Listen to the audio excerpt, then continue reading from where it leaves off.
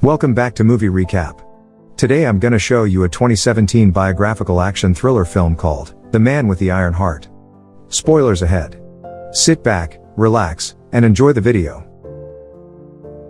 The movie begins with Nazi commander, Heydrich Reinhard, wearing his uniform, riding a car with his fellow man. Along their way on the busy road where people gather to work and trains are passing, a man with his long black coat shows up, lifts his firing weapon, and points it toward Heydrich, and the scene fades out. When the man is about to fire his weapon, he fails to pull the trigger, and this gives Heydrich to fire his weapon on him. Yet another man behind their car shows up, and throws them an explosive weapon. The scene continues to Heydrich when he was a soldier officer. He was waiting in the train station to meet Christina. When the woman arrived, they went to a room, and have an intimate activity. The scene transitions into a party where Heydrich was invited. He met Lena, a woman who was mesmerized with his appearance. They gracefully danced, and spent their time to know themselves better. When Heydrich and Lena were in the train on their way to Lena's home, Lena introduced herself as a member of a Nazi party. Heydrich said that he had no problem with the information that the woman had brought him. After their ride, Heydrich met Lena's parents and made love. In his commander's office, Heydrich was confronted by the chief about having an intimate relationship with Christina, which led him to be summoned to appear in court-martial. In the court-martial, Heydrich kept on denying the accused information about him. But the court-martial judge also kept on stating his sexual affair with Christina.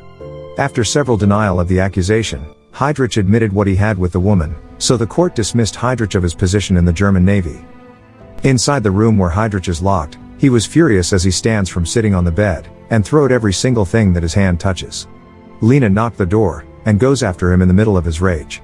She clearly offered to spend her future with Heydrich, and be his wife, but they should never talk about Christina again. After Heydrich and Lena got married, Heydrich went to his house in front of the chicken farm. Despite his case before, Heinrich said to Heydrich about his mission to look for a commander of the new SS intelligence unit with the objective of gathering information about their political enemies. Heinrich asked Heydrich to prove that he is deserving of the position. Heydrich used his chicken farm as an example.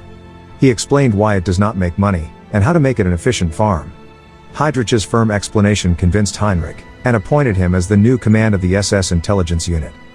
When he got the position, Heydrich's first mission is to kill all the communist criminals. He commanded each of the members to search for their identity, take down their posters on the streets, and in every wall in the Germany. After they successfully fathered information, Heydrich and other Nazi troops went to the communist hideout, and kill each of them. In the anointment of the newly recruit soldiers, Heydrich said their mission, to eliminate anyone who stands against the Nazi party, including their fellow troop members.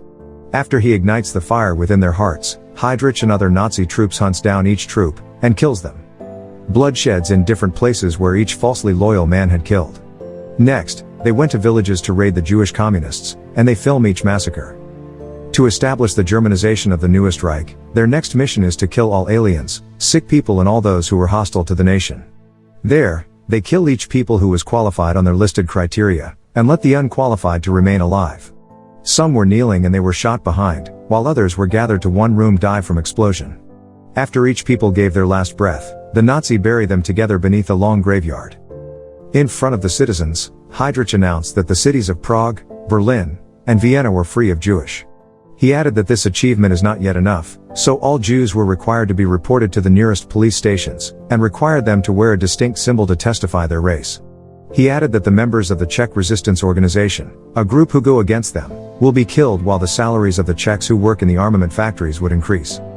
In Berlin, Heydrich conducted a meeting to plan an advancement in the cleansing of the Jews. He asked each of his fellow men to review the background of each Jews.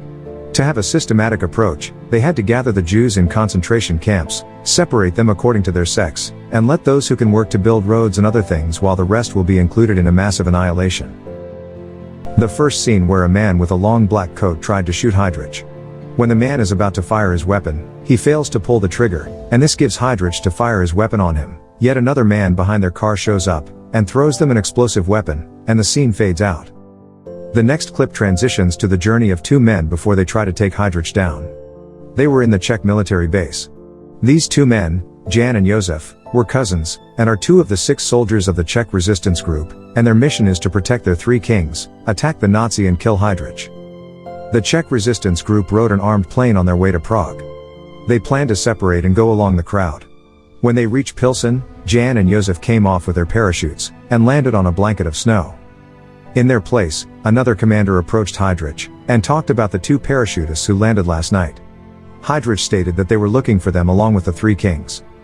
In Prague, Jan and Josef met Marie, who patiently wait for their arrival. To successfully blend themselves into the crowd, Jan and Josef pretended to be normal citizens by getting a work certificate. Jan made Marie and her family to be his relatives, while Josef is to Anna's family. On the other hand, the Nazis successfully located the Czech resistance group's hideout where the three kings stayed. As soon as the Nazi arrived, fire from their weapons shoots the glasses of the hideout, and they were able to kill one king named Balaban, captures the second king named Masin, while the third king named Václav Moravec escaped. In their territory, Masin was paralyzed and covered with blood while a Nazi troop forced him to spit information about the possible location of the third king. When Heydrich arrived, he asks Masin about the motive of the two parachutists, Jan and Josef. Masin did not respond, so Heydrich asked again about their motive, and about the third king who successfully escaped. To force Masin to speak up, Heydrich pointed a firing weapon to him. Instead of answering his questions, Masin said his final salute to the Czechoslovakians before Heydrich took his life. After he shot the second king, Heydrich ordered the other troops to find Moravec, the third king. Jan and Josef met again in one of the stone barns in the middle of the field. As they catch up together, Moravec arrived to tell them that the SS found their hideout, and killed Balaban. Moravec also added that the SS were able to capture Masin, and he concluded that he is also dead by that moment. The third king told Jan and Josef that Heydrich learned about their operation against the SS, so his troops were trying to locate where they hide. Before Moravec left, he told the cousins about someone who could help them to fill out information about Heydrich, and the king also prepared them their escape plan. In the beer house, Jan and Josef met the man that Moravec talked about. He works in the house of the Heydrich. Jan asked him to note about Heydrich's schedule. He should write on a piece of paper the time that Heydrich leaves their home and the time he arrives. Also, he must also include if the man has an escort or not. After he wrote each information, the man shall pass the paper to the intermediary person between him and Josef. Jan wanted to know every move that Heydrich takes, and also the things that he repeatedly does in every day. After they learned about his habits and schedule, Jan and Josef went on the road where they planned to execute Heydrich. They knew that Heydrich go to that road at around 10 o'clock in the morning. Jan and Josef planned to get another man from Moravec to serve as a lookout. After several days, Jan was riding his bike, and stopped when he saw Heydrich and his men on the road. They are gathered in front of the building where Moravec was staying. Knowing about the possible attack, Jan placed himself on the side, and watched the troops attack their king. On their way inside the building, Moravec held a firing weapon, and successfully shoots each of the troops. After he killed each of them, he went to the balcony where Heydrich, Jan, and others see him. Moravec lifted his arm, placed his firing weapon onto his head, pulled its trigger and took his own life.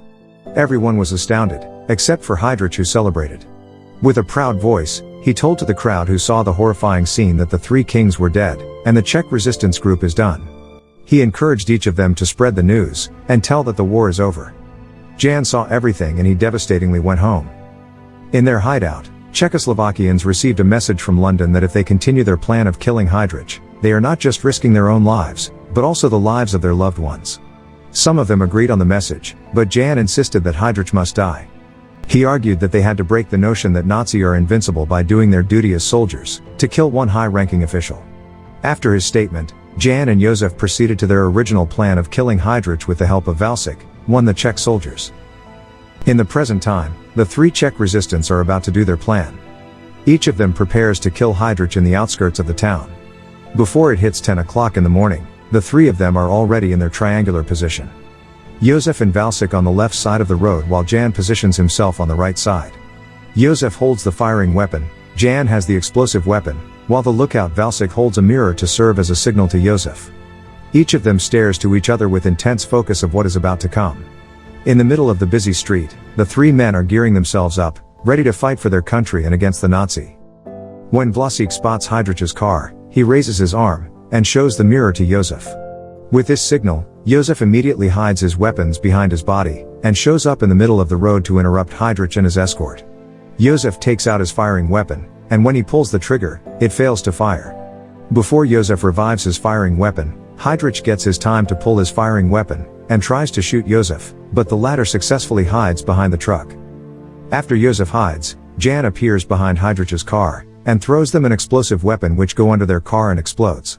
The explosion causes a tremendous fear to others and everyone shouts in horror, and run away from where the bombing happens. Smokes fill out the car, and Heydrich go out of it, heavily injured.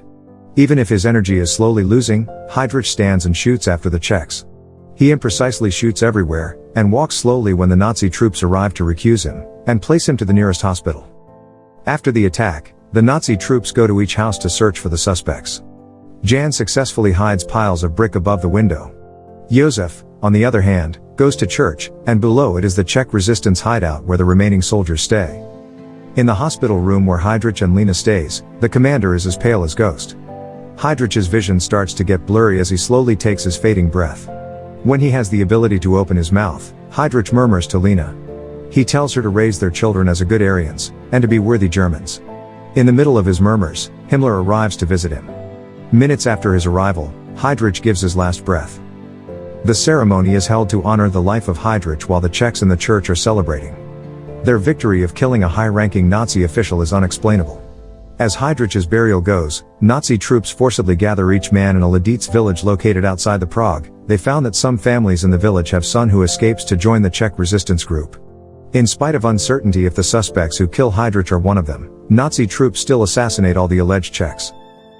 After the massive killing to the sons of the Lidice villagers, a recorded message is played on the speaker of a car that goes around the town stating that anyone who has an information about the attackers, but fail to disclose it will be killed. The Lidice villagers paid for the Czech resistance attack. Children and women are in prison, while all men get shot. Josef and other Czech resistance soldiers hear the message, so Josef says that they have to surrender themselves. Karl, one of the soldiers, says that the Nazi will kill all of them. After the conversation in the church, Karl goes to the Nazi, and discloses the information about their group. Immediately, the Nazi troops go to Anna and Marie's house, and they are able to locate their main hideout in the church. When they arrive in the church, the first batch of the troops go inside. Pitch black darkness welcomes them, only the lights of the candles from the altar can be seen.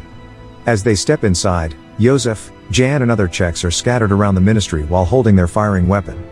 Before the troops go further, the Czech starts to shoot them tremendously. When they kill the first batch, another batch comes in. The Czech positions themselves in the altar as they point their weapons at the front door. As the door finally opens for the second batch of troops, loud fires of weapons kill person on both sides. One of the troops fires an explosion, and kills another Czech, leaving Josef and Jan alive. The cousins escape, and go below their hideout. The troops collected the dead bodies of the Czech, and find that the two are missing.